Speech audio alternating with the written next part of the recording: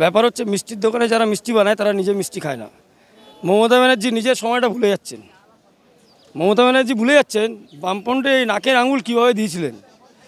আর যদি উনার এতটাই মায়া লাগছে তাহলে উনি তো চোরেদের দেখে এসছেন, তাহলে নিজেরা চুরি করছেন কেন?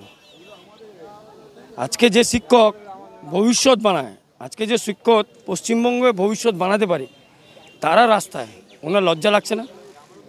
নিশ্চিত ওনার লজ্জা পাওয়া উচিত।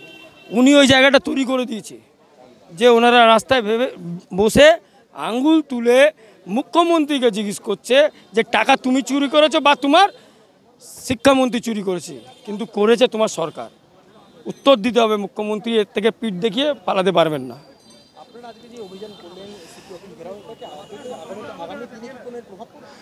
দেখেন, ব্যাপার হচ্ছে পুলিশ প্রশাসন ভেবে নিয়েছিলেন যে ওনারা যা করবেন সব মেনে নেওয়া হবে, কিন্তু বিরোধী দল এটা মেনে নেবে না। তার প্রমাণ আজকে এই কর্মসূচিটা। 7 দিন আগে যেভাবে ওনারা বেকসুর শিক্ষকরা যারা এক্সামে পাস করে চাকরি পেয়েছেন তাদেরকে লাঠি পেটা করেছেন, আর আজ বিরোধী দলকে দেখে তাদের লাঠি বাড়ির ভিতরে ঢুকে গেছে। এটাই প্রমাণ করছে যে এখানে শিরদাঁড়া সোজা রাখলে মানুষ বাঁচতে পারবেন না। শিরদাঁড়াটা ব্যাকা করতে হবে, আঙ্গুল দেখাতে হবে, তারপরেই এখানকার সরকার কানে তেল দিয়ে ঘুমাতে পারবেন না।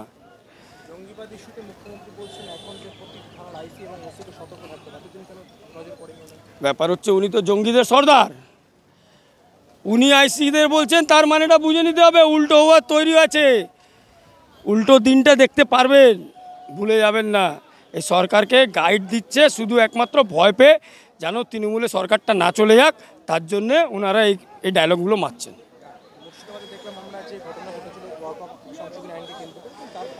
অনেক দুঃখ,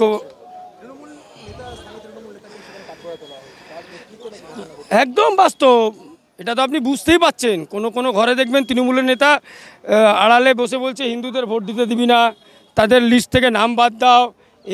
ফেআরওর কাছে লিস্ট পাঠাচ্ছে যেন হিন্দুদের নাম বাদ হয়। এটা টোটাল ভয়। এরা ভয় পেয়ে গেছে যে 26 এরা রিপিট করতে পারবে না, তার জন্য এরা নাটক করছে, আর কিছুই না। আর মুর্শিদাবাদের ঘটনা, এই ঘটনাটা যেন অন্য কোনো জায়গায় না হোক, হিন্দুরা যেভাবে পালন হয়েছেন আর যেন কোনো জায়গায় এরকম পালিত না হোক, তার জন্য আমরা রাস্তায় থাকব। ধন্যবাদ।